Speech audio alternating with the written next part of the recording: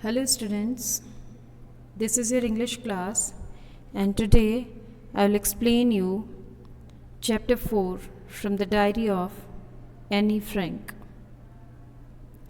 So before you read, there is a brief introduction. Who was Annie Frank and why we are studying about her? कौन थी Anne Frank और क्यों हम उनके बारे में पढ़ रहे हैं? So Annalisa Mary Annie Frank, 12 June 1929, February or March 1945.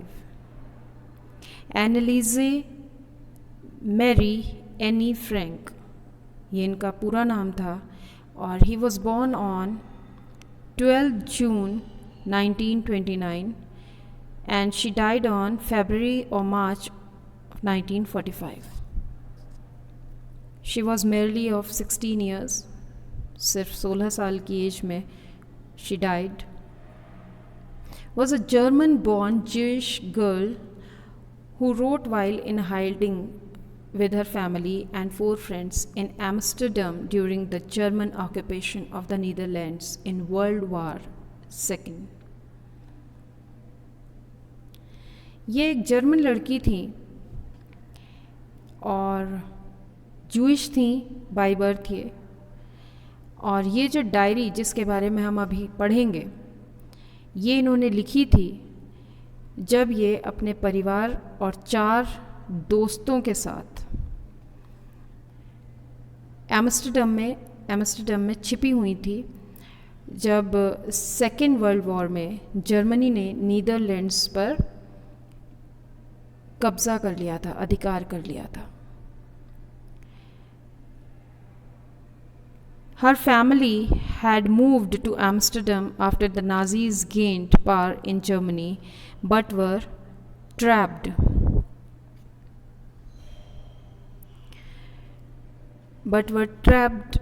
When the Nazis' occupation extended into the Netherlands.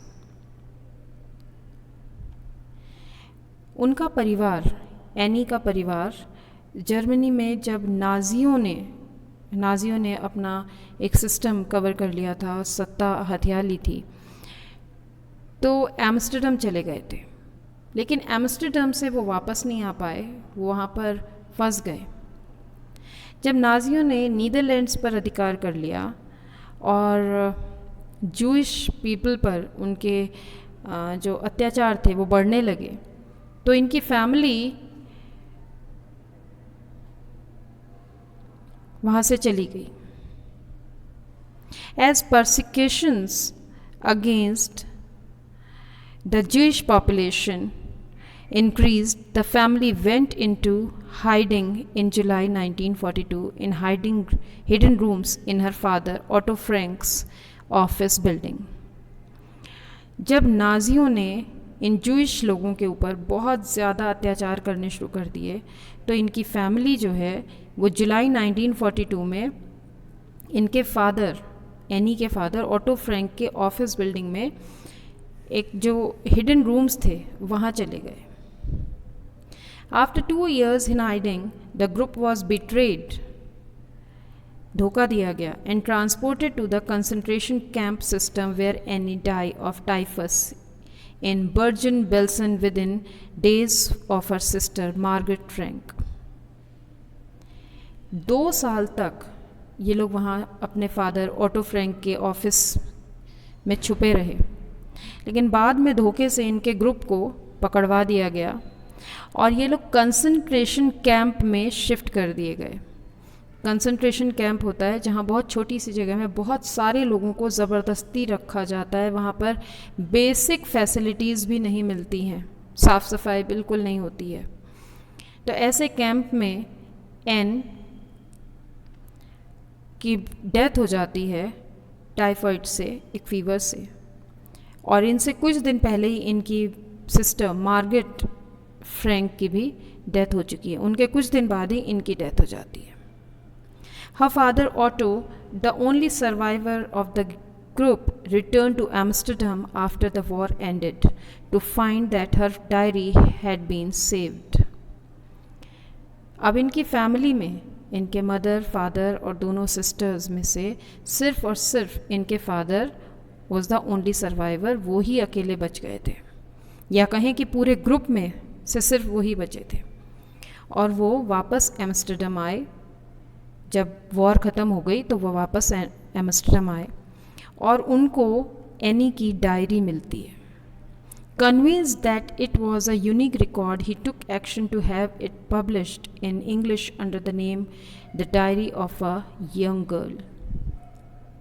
और जब उन्होंने इसको पढ़ा तो उनको लगा कि इसको पब्लिश करवाना चाहिए और उन्होंने इसको the diary of a young girl के नाम से इंग्लिश में पब्लिश करा दिया।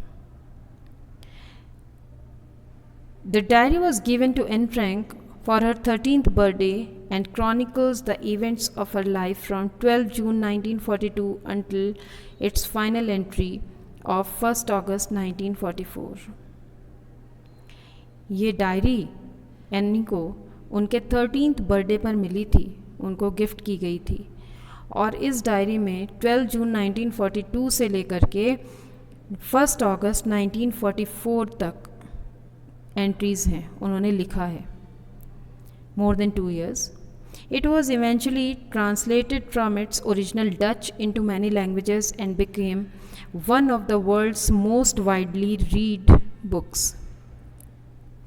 ये ओरिजिनली डच लैंग्वेज में लिखी थी एनी ने और इसको वर्ल्ड की अलग अलग लैंग्वेजेस में ट्रांसलेट किया गया, पब्लिश किया गया और ये ऐसी बुक्स में से एक बन गई जिनको दुनिया में सबसे ज़्यादा पढ़ा गया है। There have also been several films, television and theatrical productions and even an opera based on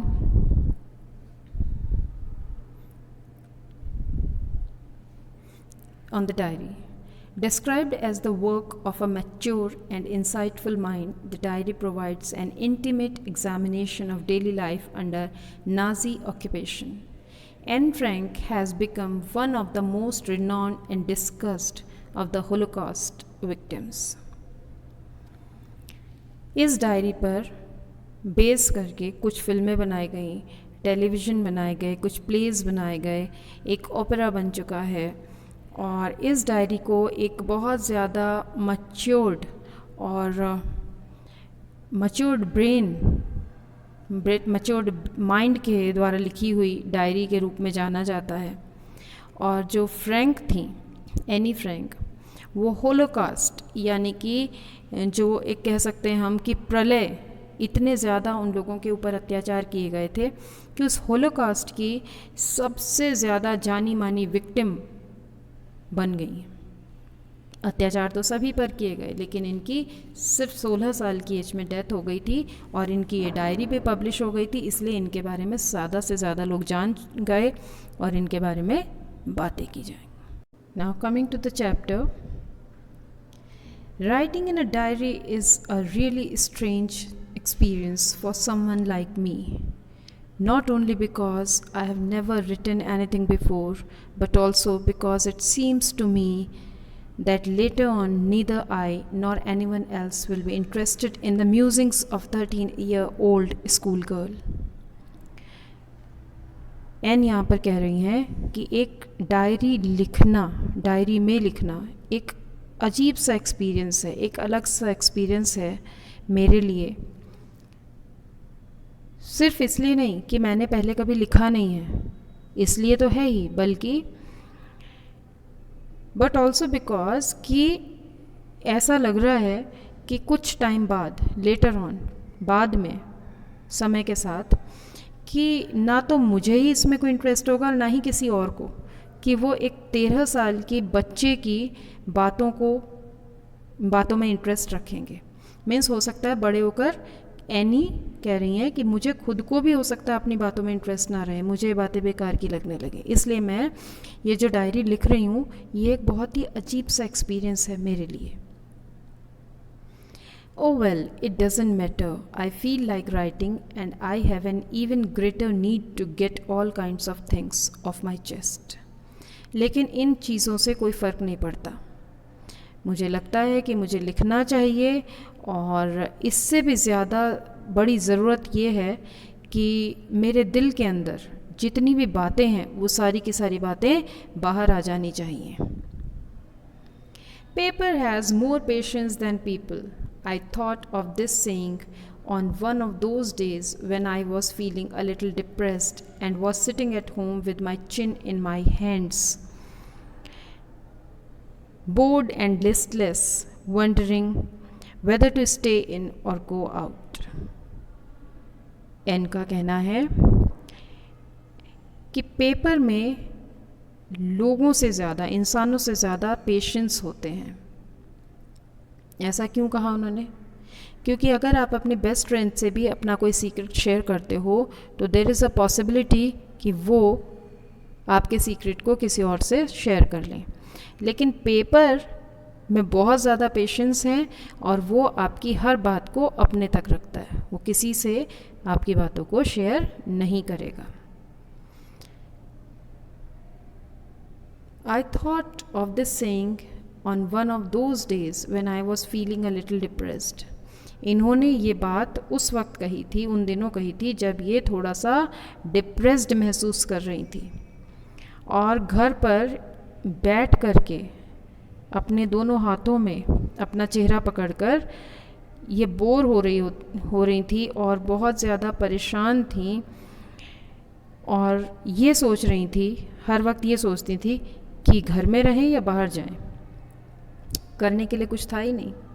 I finally stayed where I was, brooding.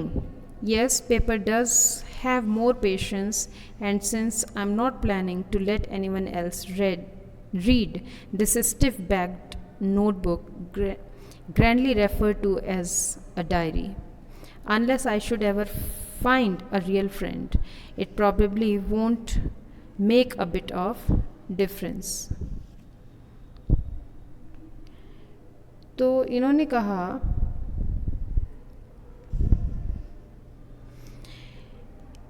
कि मैं फाइनली रुकी रही घर के अंदर, बाहर नहीं गई. और इन्होंने कहा कि हाँ, पेपर में इंसान से ज़्यादा पेशेंस होते हैं और ख़ास तौर पर तब जब ये प्लान कर रही थी कि ये अपनी डायरी किसी और को पढ़ने के लिए नहीं देंगी. वो ऐसी डायरी जिसका कवर बहुत ही मोटा सा, कड़ा सा है और ये किसी को तब तक नहीं पढ़ने देंगी जब तक इनको कोई एक रियल फ्रेंड, सच्चा फ्रेंड न मिल जाए. तब तक ये किसी को भी अपनी डायरी नहीं पढ़ने देंगी. Now I am back to the point that prompted me to keep a diary in the first place. I don't have a friend. और अब वापस ये उसी बात को कह रही हैं कि इन्हें एक डायरी रखने की ज़रूरत इसलिए पड़ी क्योंकि इनके पास एक फ्रेंड नहीं था, इनके पास कोई दोस्त नहीं था. Let me put it more clearly. Since no one will believe that a 13-year-old girl is completely alone in the world. और ये कह रही हैं कि मैं फिर से स्पष्ट तौर पर ये बता दूं कि इस बात पर कोई भी विश्वास नहीं करेगा, बिलीव नहीं करेगा कि एक 13 साल की लड़की का कोई भी फ्रेंड नहीं है, वो इस दुनिया में बिल्कुल अकेली है. And I am not. I have loving parents and a 16-year-old sister and there are about 30 people I can call friends. और ये अपने आप को अकेला कह भी नहीं रही हैं क्योंकि इनके पास 2 प्यार करने वाले पेरेंट्स थे, एक 16 years old, इनसे 3 साल बड़ी सिस्टर थी जो इनको प्यार करती थी और लगभग 30 ऐसे लोग थे जिनको ये अपना फ्रेंड कह सकती थी. I have a family, loving aunts and good home. इनके पास एक पूरी फैमिली थी, प्यार करने वाली आंटीज़ थीं और एक बहुत अच्छा सा घर था. No, on the surface, I seem to have everything except my one true friend. और ऊपरी तौर पर देखा जाए तो ऐसा लग रहा था कि इनके पास सब कुछ है सिवाय एक सच्चे दोस्त के. All I think about when I am with friends is having a good time. जब ये अपने फ्रेंड्स के साथ होती थी तो ये सिर्फ़ और सिर्फ अच्छा वक्त बिताने के बारे में, इन्जॉय करने के बारे में, मौज मस्ती के बारे में सोचती थी. I can't bring myself to talk about anything but ordinary everyday things. और ये किसी के भी साथ कुछ खास बात नहीं कर पाती थी सिवाय रोज़मर्रा की बातों के। We don't seem to be able to get any closer and that's the problem. और यहाँ पर ये अपने किसी भी फ्रेंड से ज़्यादा क्लोज़ नहीं हो पाती थी, अपनी दिल की बातें शेयर नहीं कर पाती थी, और यहीं पर प्रॉब्लम थी। Maybe it's my fault that we don't confide in each other. In any case, that's just how things are, and unfortunately, they are not liable to change. और ये कह रही हैं कि ये हो सकता है मेरा फॉल्ट हो कि मैं लोगों के साथ मिक्सअप नहीं हो पाती थी, लेकिन बात कोई भी हो, फॉल्ट किसी का भी हो, लेकिन चीज़ें चेंज नहीं होने वाली थी। मीन्स इनके पास एक लॉयल और ट्रू फ्रेंड नहीं होने वाला था।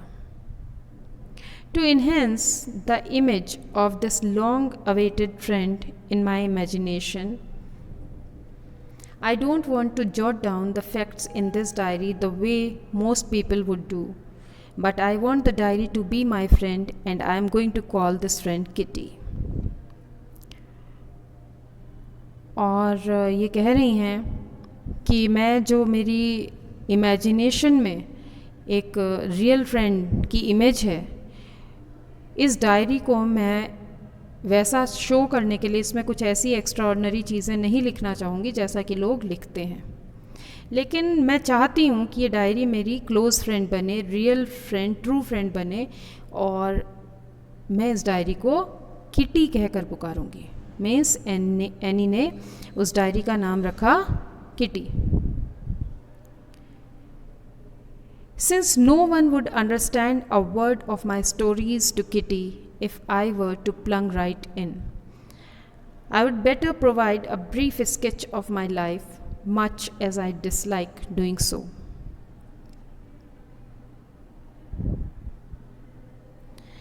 यहाँ पर ये कह रही हैं कि अगर मैं कहूँ, जितना मुझे समझ आ रहा है, कि किटी को जितनी कहानियाँ मैं सुनाऊँगी, मीन्स जो भी चीज़ें मैं किटी में लिखूँगी, किटी के पेपर्स पर मैं लिखूँगी,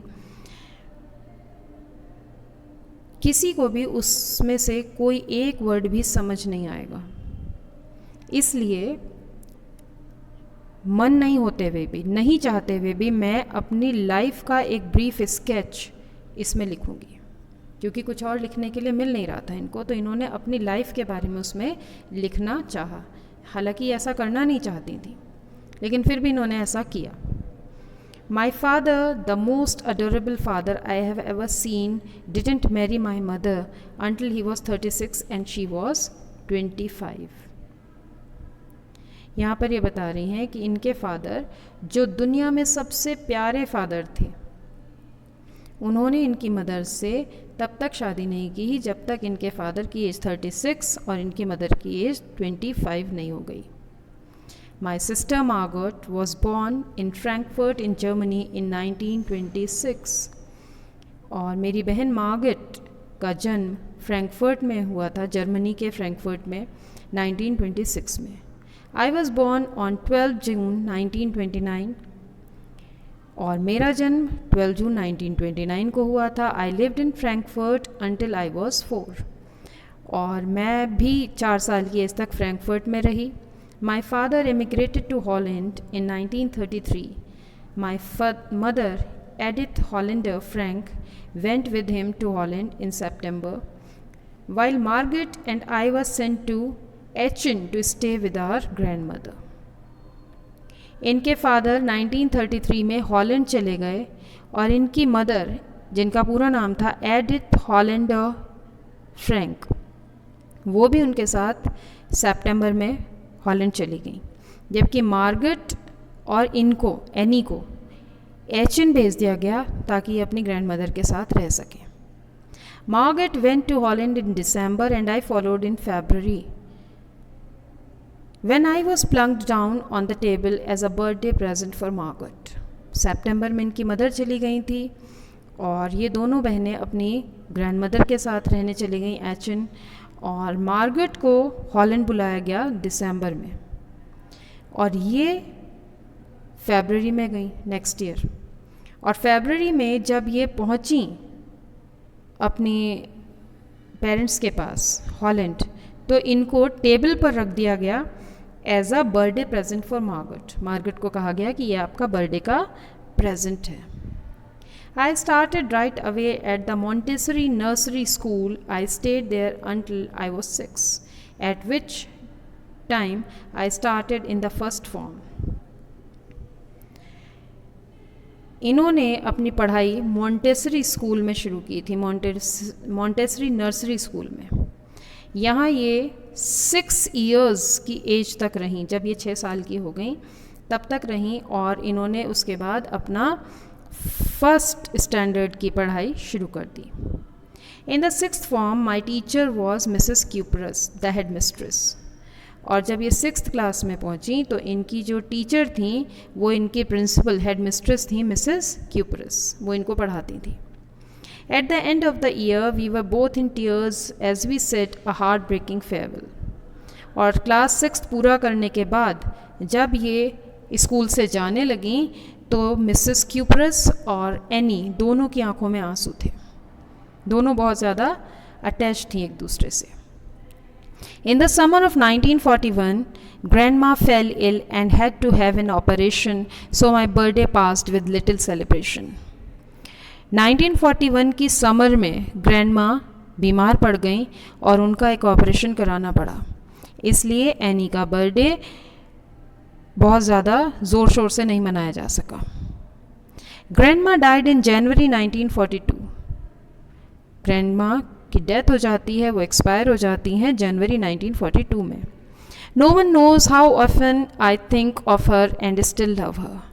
और ये कोई नहीं जानता कि मैं कितना उनके बारे में सोचती हूँ और आज भी उन्हें बहुत ज़्यादा प्यार करती हूँ।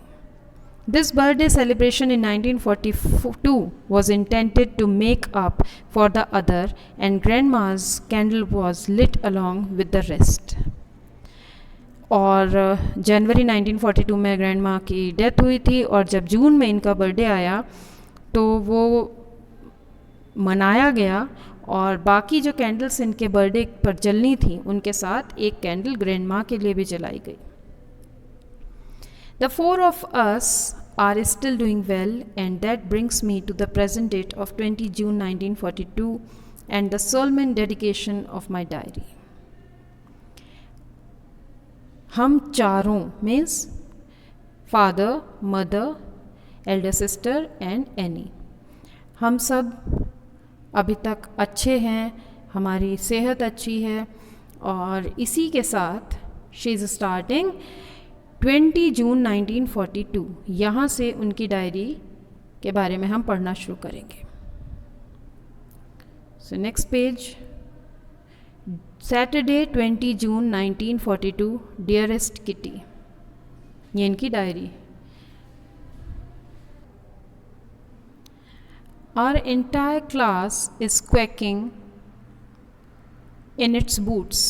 The reason, of course, is the forthcoming meeting in which the teachers decide who will move up to the next form and who will be kept back.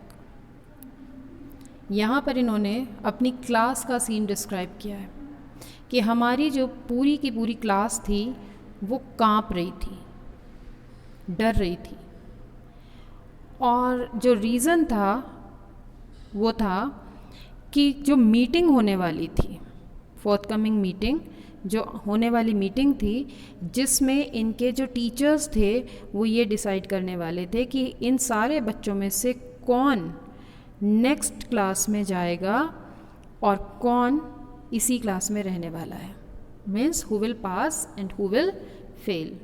Half the class is making bets. GN and I laugh ourselves silly at the 2 boys behind us, CN and Jacques, who have staked their entire holiday savings on their bet.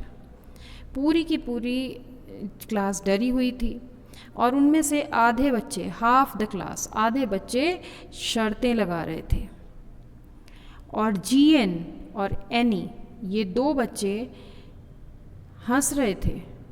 किस पर? इनके पीछे 2 लड़के बैठे हुए थे, उनकी बेवकूफ़ी पर हंस रहे थे, जिन्होंने क्या किया था, जिन दो बच्चों का नाम था सीएन एंड जैकस। इन दोनों बच्चों ने अपनी पूरी छुट्टियों में जो उन्होंने बचत की थी, सेविंग्स की थी, वो सारी की सारी सेविंग्स अपनी बेट पर लगा दी थी। वो सारे पैसे उन्होंने उस शर्त पर लगा दिए थे, इसलिए जीएन और एनी उन पर हंस रहे थे। From morning to night it is you are going to pass, no I am not, yes you are, no I am not. तो सुबह से लेकर शाम तक सिर्फ यही बातें समझ में सुनाई दे रही थी कि तुम पास हो जाओगे, नहीं मैं पास नहीं होऊंगा, नहीं नहीं तुम पास हो जाओगे, नहीं मैं नहीं होऊंगा। Even GS pleading glances and my angry outburst can't calm them down. और ये GN और एनी उन बच्चों को शांत कराना चाह रहे थे। एनी उन पर गुस्से से चिल्ला रही थी और GN उनकी तरफ देख रहा था प्यार से कि प्लीज़ चुप हो जाओ, लेकिन कोई फ़र्क नहीं पड़ रहा था। If you ask me, there are so many dummies that about a quarter of the class should be kept back, but teachers are the most unpredictable creatures on earth. और एनी कह रही है कि अगर मुझसे पूछा जाए तो इस क्लास में इतने ज़्यादा डमीज़, बेवकूफ़ बच्चे हैं कि लगभग 1/4 क्लास को रोक लेना चाहिए, उनको नेक्स्ट क्लास में नहीं जाने दिया जाना चाहिए। Quarter means 1/4। लेकिन टीचर्स को वो कह रही हैं कि टीचर्स पृथ्वी के ऊपर, अर्थ के ऊपर ऐसे क्रीचर्स हैं, ऐसे प्राणी हैं जो सबसे ज़्यादा अनप्रिडिक्टेबल हैं। मीन्स वो कब क्या करेंगे ये कोई नहीं समझ सकता। हो सकता है उन बेवकूफ़ों को नेक्स्ट क्लास में भेज दें। आई am not so worried about my girl friends and my self. ये कह रही हैं कि मुझे मेरी सहेलियों की और अपनी कोई चिंता नहीं है। वी विल मेक इट, हम पास हो जाएंगे। The only subject I am not sure about is maths. और सिर्फ एक ही चीज़ में मुझे थोड़ी सी चिंता है, वो है मैथ्स, एक ही सब्जेक्ट में। Anyway all we can do is wait. और इस वक्त हम और कुछ नहीं कर सकते सिवाय वेट करने के, इंतज़ार के। Until then we keep telling each other not to lose heart. और इस बीच में हम लोग एक दूसरे को हिम्मत नहीं हारने के लिए कह रहे हैं कि अरे हिम्मत रखो, तुम पास हो जाओगे, whatever. I get along pretty well with all my teachers. There are 9 of them, 7 men and 2 women. और ये कह रही हैं कि जो मेरे सारे टीचर्स हैं, मेरी उनके साथ बहुत अच्छी बॉन्डिंग है, अच्छी बनती है। और टोटल 9 टीचर्स हैं जिसमें से कि 7 मेन हैं और 2 वुमेन हैं, मीन्स 7 सर्स हैं और 2 मैम्स हैं। Mister Keesing the old Fugly who teaches maths was annoyed with me for ages because I talked so much. और मिस्टर कीजिंग जो जिनको इन्होंने कहा है ओल्ड फौजी, मीन्स बूढ़े और पुराने विचारों वाले, मिस्टर कीजिंग जो हैं, जो इनको मैथ्स पढ़ाते हैं, वो इनसे बहुत ज़्यादा अनॉयड है, वो इनसे ज़्यादा चिढ़ते हैं, परेशान होते हैं, क्योंकि ये बहुत ज़्यादा बोलती थी, बहुत ज़्यादा बोलती थी। आफ्टर सेवरल वार्निंग्स ही असाइन मी एक्स्ट्रा होमवर्क। और काफ़ी बार इनको वार्निंग देने के बाद कि क्लास में नहीं बोलना है, मगर ये नहीं मानी तो उन्होंने इनको कुछ एक्स्ट्रा होमवर्क दिया। और वो होमवर्क क्या था? An essay on the subject a chatterbox. A chatterbox, what can you write about that? अब वो सब होमवर्क क्या दिया उन्होंने कि अ चैटर बॉक्स, बहुत ज़्यादा बोलने वाला एक बातूनी के ऊपर एक ऐसे लिख कर लाना था। और इनको समझ नहीं आया था क्या लिखें। I would worry about the later I decided. I jotted down the title in my notebook, tugged it in my bag and tried to keep quiet. इनको समझ नहीं आ रहा था क्या लिखना है, तो इसलिए उन्होंने उस टॉपिक को अपनी नोटबुक में लिख लिया और बैग में रख लिया उस नोटबुक को। और उसके बाद इन्होंने कोशिश की कि ये चुप रह सके। That evening, after I had finished the rest of my homework, the note about the essay caught my eye. और उस शाम को घर जाकर जब इन्होंने बाकी का सारा होमवर्क फिनिश कर लिया, तब इनकी नज़रें उस नोट पर पड़ती हैं जिसमें उस ऐसे के बारे में लिखा हुआ था कि आपको एक ऐसे लिखना है अ चैटर बॉक्स के ऊपर। I began thinking about the subject while chewing the tip of my fountain pen. Anyone could ramble on and leave big spaces between the words, but the trick was to come up with convincing arguments to prove the necessity of talking. और इन्होंने अपने मुंह में अपना pen डाल करके सोचना शुरू किया और इन्होंने सोचा कि कोई भी बहुत सारी जगह छोड़ छोड़ करके बड़ा बड़ा लिख करके इस पेज को भर सकता है, लेकिन ज़रूरत इस बात की थी कि बहुत ही चालाकी से, बहुत ज़्यादा होशियारी से इस बारे में उनको बताया जाए, मिस्टर कीसिंग को, कि बोलने की ज़रूरत क्यों पड़ती है, बोलना बहुत ज़्यादा ज़रूरी है। इस बारे में ये सोचने लगी। I thought and thought,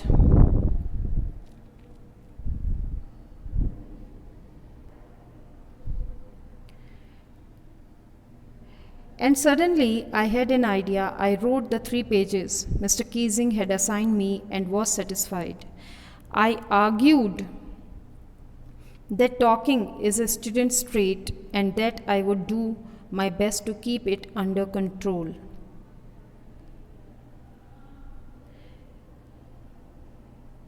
But that I would never be able to cure myself of the habit since my mother talked as much as I did, if not more, and that there's not much you can do about inherited traits. अब ये सोच रही थी कि कुछ ऐसा लिखा जाए जिससे कि मिस्टर कीजिंग को ये यकीन हो जाए कि बोलना बहुत ज़्यादा ज़रूरी है, और इनको एक आइडिया आ गया इस बारे में सोचते हुए। अचानक से एक आइडिया आया और इन्होंने उस ऐसे के लिए 3 पेजेस लिख डाले और इन्होंने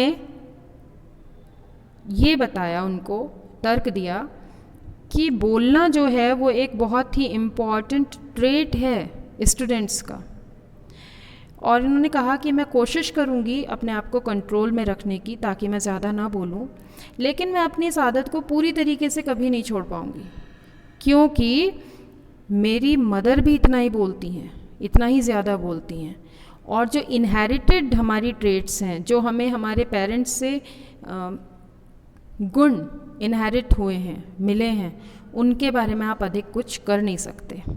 मीन्स ये हम, इसलिए मैं बोलूँगी ही बोलूँगी, लेकिन कंट्रोल करने की कोशिश करूँगी।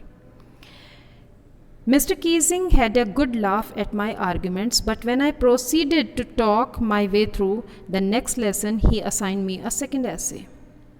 Mr. Keesing ने जब वो ऐसे पढ़ा तो वो बहुत हंसे, लेकिन जब वो दूसरा लेसन पढ़ा रहे थे और ये लगातार बोल रही थी तो उन्होंने इनको एक दूसरा ऐसे लिखने के लिए दे दिया। This time it was supposed to be an incorrigible chatter box, और अब की बार इनका जो टॉपिक था वो था एक ऐसा बातूनी जिसको कभी सुधारा ना जा सके, इनकॉरिजिबल, जिसको सुधारा नहीं जा सकता। I handed it in and Mr. Keesing had nothing to complain about for 2 whole lessons. और इन्होंने फिर से लिख के दे दिया, और जब तक मिस्टर कीजिंग ने नेक्स्ट 2 लेसन्स कराए तब तक इनको कुछ भी नहीं कहा, इनसे कोई कंप्लेन नहीं की। लेकिन during the 3rd lesson he had finally had enough. जब वो 3rd लेसन करा रहे थे तब उनकी बर्दाश्त ख़त्म हो गई। अब क्या हुआ? Anne Frank, as punishment for talking in class, write an essay entitled quack quack quack said Mistress Chatterbox. उन्होंने अब की बार इनको, जब 3rd लेसन में भी इनका बोलना नहीं रुका, तो उन्होंने इनको एक और ऐसे दिया जिसका नाम था quack quack quack said Mistress chatterbox. ठीक है, अब फिर पनिशमेंट मिल गया। द क्लास रोड, क्लास में बहुत सारा शोर हो गया। I had to laugh too, इन्हें भी हंसी आ गई बाकी बच्चों को हंसते हुए देखकर। Though I had nearly exhausted my ingenuity on the topic of chatter boxes, हालांकि ये थक चुकी थी, परेशान हो चुकी थी चैटर बॉक्सेस से रिलेटेड एसेज लिख लिख कर, लेकिन इन्होंने बोलना नहीं कम किया था. It was time to come up with something else, something original.